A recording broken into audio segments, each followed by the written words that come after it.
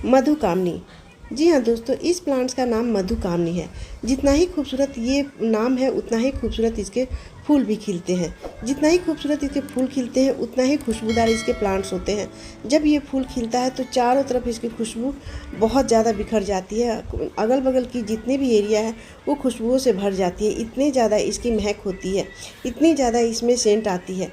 दोस्तों ये एक परमानेंट प्लांट है, सालों भर फूल देने वाला प्लांट है।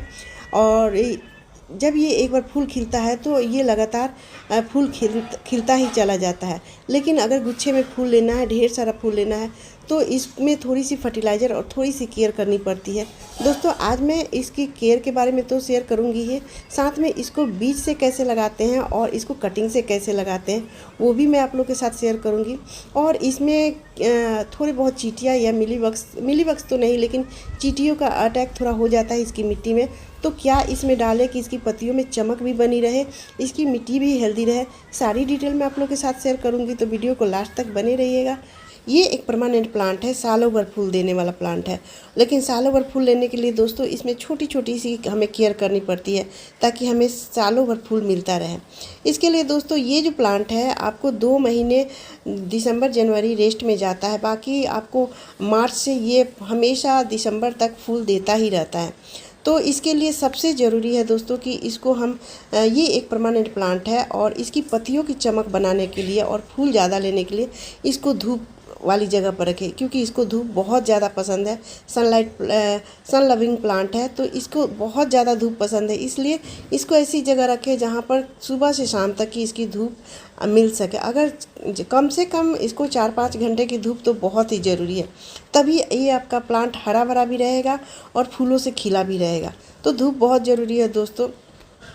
और बात करें इसकी प्रूनिंग के लिए, अगर इस छोटा सा ये प्लांट है, देखिए मेरा ये 3 साल मेरा पुराना प्लांट है और ये 3 साल पुराना प्लांट है। इसके जो ये ब्रांच है देखिए कितने मोटे मोटे हो गए हैं। तो इसको मैंने प्रून किया है और ये बहुत बड़ा मैं नहीं होने देती हूँ इसको, क्योंकि मैं घना इस प्लांट्स को रखती हूँ, इसलिए इसको प्रूनिंग करती रहती हूँ। तो प्रूनिंग करने का सही समय है दोस्तों फरवरी, क्योंकि ये 2 महीने रेस्ट में जाता है दिसंबर जनवरी। उसके बाद आप फरवरी में इसको प्रून कर देंगे तो वहाँ से नए नए से ब्रांच निकलेंगे। बहुत ज़्यादा घना प्लांट हो जाता है जी, और जब घना प्लांट होता है तो इसके फूल देखने बनती है जब ये फूल खिलता है। तो इसको दोस्तों लगाने के लिए देखिए यहाँ कितने सारे ब्रांच निकले हुए हैं।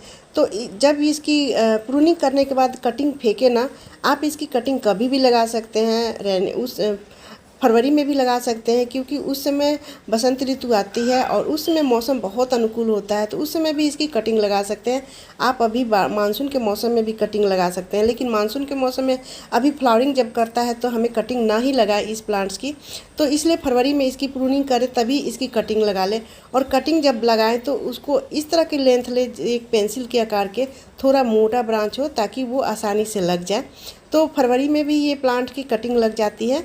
इस तरह से कटिंग भी बहुत आसानी से हम लगा सकते हैं इस प्लांट्स की, बहुत आसानी से ये लग जाता है। बात करें दोस्तों कि इसमें मिट्टी की क्या रिस्पॉन्स होती है। मिट्टी जो होती है ये बहुत ज़्यादा रिच नहीं होनी चाहिए, बहुत ज़्यादा हार्ड नहीं होनी चाहिए।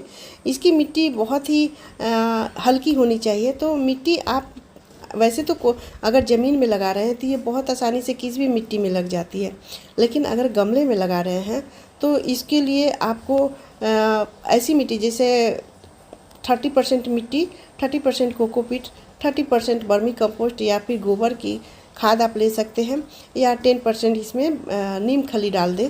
इस मिट्टी में अभी बारिश का मौसम चल रहा है दोस्तों। बारिश के दिनों में ध्यान देने वाली बात है दोस्तों कि गमले में पानी कभी ना रुका रहे। अगर गमले में पानी रुका रहेगा तो इसके रूट्स प्रभावित होने लगते हैं, रूट्स खराब होने लगते हैं। इसलिए इसका ड्रेनेज सही रहे, गमले का ड्रेनेज सही रहता है तो पानी आसानी से निकल जाता है। मिट्टी हल्की रहती है, कोकोपीट की मात्रा रहती है, तो मॉइस्चर युक्त मिट्टी बनी रहती है। पानी नहीं रहता है लेकिन मॉइस्चर बनी रहनी चाहिए मिट्टी में।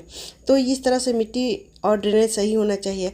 और दोस्तों इस मधुकामनी के प्लांट्स को लगाने के लिए 10 इंच के ऊपर के गमले का चुनाव करें, तभी वो अच्छे से ग्रो करेगा और अच्छे से फूल देगा। छोटे 8 इंच के गमले में ये ज़्यादा सर्वाइव नहीं करता है, इसलिए 10 से 12 इंच के गमले का ही चुनाव करें। दोस्तों अब बात कर लेते हैं कि इसमें कौन सा फर्टिलाइज़र दें। गर्मियों में तो मैं इसमें सॉलिड फर्टिलाइज़र जैसे गाय की गोबर की खाद देती थी, और अभी देखिए मैंने लिक्विड खाद बनाया है। तो ये भी लिक्विड खाद दोस्तों है, जो कि गोबर की खाद ही है। गोबर की खाद को मैंने इसमें पानी में डाला है 2.5 लीटर में, और इसमें नीम खली मिलाई है 2 मुट्ठी, और उसको 2 दिन तक ऐसे ही मैंने घुलने के लिए छोड़ दिया था देखिए। और 2 दिन के बाद ये बिल्कुल घुल कर डिकम्पोस्ट हो गया है, इसका कलर भी बहुत ज़्यादा चेंज हो गया है। तो आप इसके बदले वर्मी कंपोस्ट या गोबर की खाद डाल सकते हैं फूलने के लिए।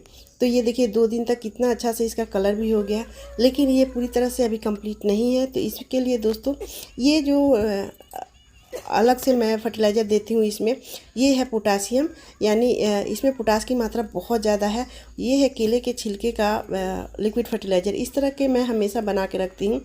तो आप इसमें डायरेक्ट भी डाल सकते हैं, लेकिन इस तरह से बना के डालेंगे तो ये ज़्यादा काम करेगा, फूल भी आपको ज़्यादा देगा और पत्तियाँ भी चमकदार बनी रहेगी। तो देखिए ये 2 दिन से ये भी मैंने रखा था एक डिब्बे में, इस तरह से मैं हमेशा रखती हूँ। तो इसको पूरा नहीं डालना है, इसमें मैंने 1 गिलास लिया है, कम से कम 100 ml। ये देखिए ये छोटा ही गिलास है, तो 100 ml मैंने लिया है।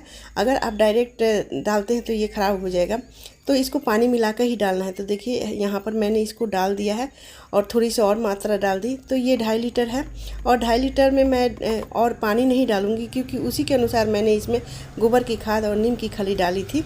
तो ये अच्छे से ये हमारा लिक्विड फर्टिलाइज़र बन के तैयार हो गया है। ये जो लिक्विड फर्टिलाइज़र है दोस्तों, ये मधुकामनी के प्लांट में बहुत अच्छा वर्क करता है।